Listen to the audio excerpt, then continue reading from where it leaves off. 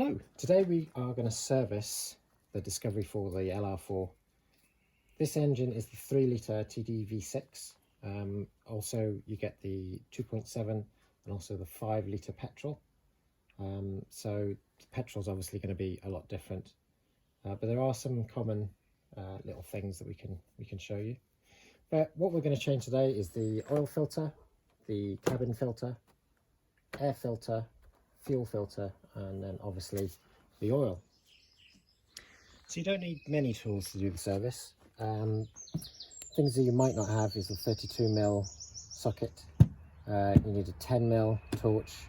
This is another thing, is a brake fluid analyzer. You need a wee computer. This is a Foxwell to reset the service counter. Some screwdrivers, a flathead and a crosshead. And because we'll be jacking up the car, you will need a axle stand and also a wedge just to stop it rolling. So first up, we'll start changing the oil.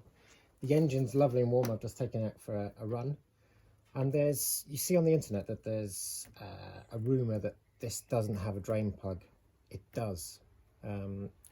It's underneath the shield at the bottom, the under tray at the bottom, and it's a bit of a pig to get to. And also the stream of oil that comes out of it is terrible.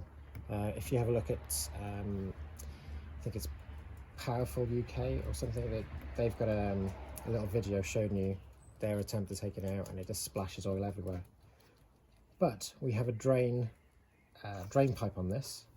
So this little knob, if you've ever wondered what this is, you just turn it and pop it off. As this car doesn't have any dipstick, this is where we're going to suck the oil out of. So we're going to use my beloved oil drainer, and we're going to attach it onto here and suck the oil out of here. Okay, so I've just attached the oil extraction pump, and let's give it a bit of a pump. And off it goes. So you can see it slowly filling up and taking it directly from the sump. Now luckily this is a 6 litre extraction pump, and the 3 litre engine takes exactly 6 litres, so when it reaches the top it should be done. If you've got the 5 litre petrol in the States, your oil filler I think is over here somewhere, and that's also where your extraction tube is. It's actually inside. So if you get yourself a pump, the little nozzle, oh sorry, not the little spout, is just in the oil filler. So the next step now is to get the oil filter changed. Now you'll have to start off by removing the filler cap, and then the acoustic shield, I think they call it. Just the cover on the top of the engine just pops off. And then inside the middle of the V is your oil filter. So it's a plastic case, and here is, you're going to need your 32mm socket, and we just crank it off and replace it. So if you use your 32mm little extension bar and turn it anti-clockwise, it shouldn't be too difficult to do. And remember that it's plastic, so don't hit it with a hammer. And that pops. And there you go. There it is inside. So if you just get a screwdriver and pull it out, you have to be careful that there is a cage inside with a lot of oil. There's a cage inside, you don't want to damage that, so just leave it out and be quite gentle with it. So a nice shiny filter in. Push down. This is the new O-ring. I've just smeared a little bit of oil on it. And there it goes into the groove. It's the sort of first big groove after the threads. There we go.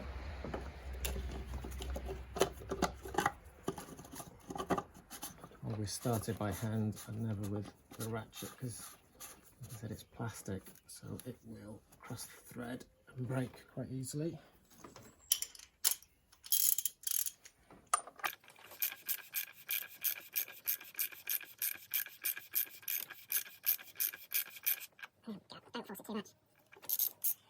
And the next job is putting the oil in.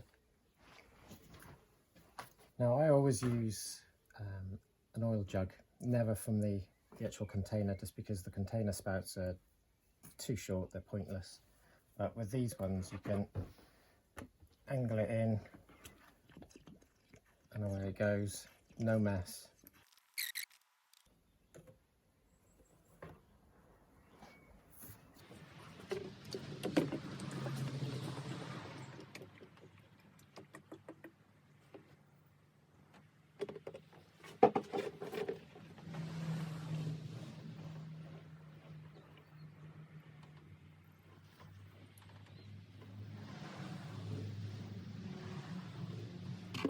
As we all know, there's no dipstick on this engine, or the petrol engine.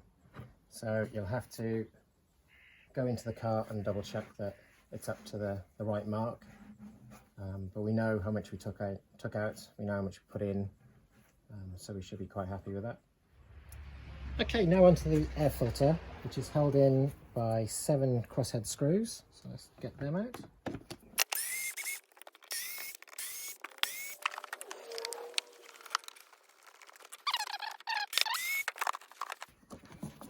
There it is there.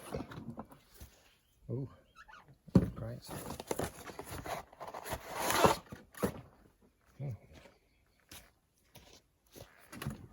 Just check that there's nothing in there. If you live in a sandy area, there might be sand, but I've got nothing really.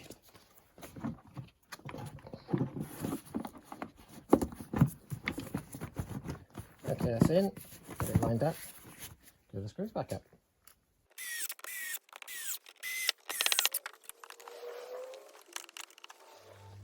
The pollen filter is sort of hidden away behind the glove box. So if you just open the glove box, there's a wee catch here and there's one on the other side. And you just shove in and that drops down. And from there, I don't know if you can see it, let me just go. And here there's a little flap, and there's the air filter, or sorry, the pollen filter. Now it looks like it's wrong, that it's pointing downwards, but it is actually correct. So the airflow is from the top down towards the motor sucks, it doesn't blow. So that's what you do, just... It's not that easy to do one hand. There we go. So out it comes. And that is actually filthy.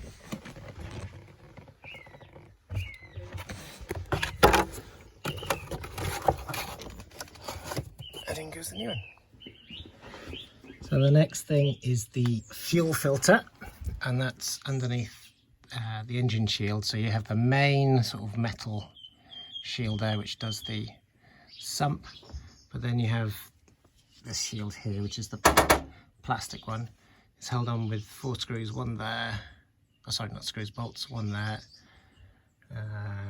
one here, one down there, oops, one down there, and then it's behind this heat shield, and they're 10mm screws, 10mm bolts, one there and one there. So we'll get that off and then we'll get to the fuel filter. Okay, so that's the heat shield out of the way. So there's actually 3 bolts. There's an extra one just down here, but you can just push it out of the way. It's only made of aluminium. It's quite soft, and there it is there. So all you need to do now is twist it to unlock it. Be careful because it'll be full of fuel, and then replace it. The visual checks around the car. So we can start off by looking at this is the power assisted steering fluid, and that's perfect. We've also got the coolant, and that's getting a little bit low. You can just see it down here, but it's not too bad. The car is still warm, and if you have a clouded bottle and you can't see, a bit of a tip, just grab hold of a pipe and just squeeze it gently and you'll see the fluid move and it'll make it easier. Hopefully you can focus on that. Then just have a quick look around the engine, see that there's no oil leakage or there's no water leakage, so you can see it should be obvious, it should be sprayed up the side or dripping.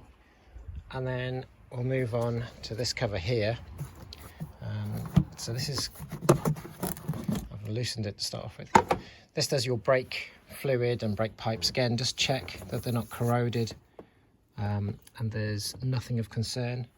And then finally what we'll do with the brakes is, I'll get the tripod for this, but we'll test the water content of the brake fluid. So what we'll start off by doing is just loosening the clip at the back, just because they're quite thin, fragile wires, and we'll turn that. Again, be careful of the sensor top. We'll get our little rag and make sure we don't drip brake fluid on the car. And then we'll get our tester. So we turn it on, pop it in, and hopefully you can see that it's actually just lit up the less than 1% light.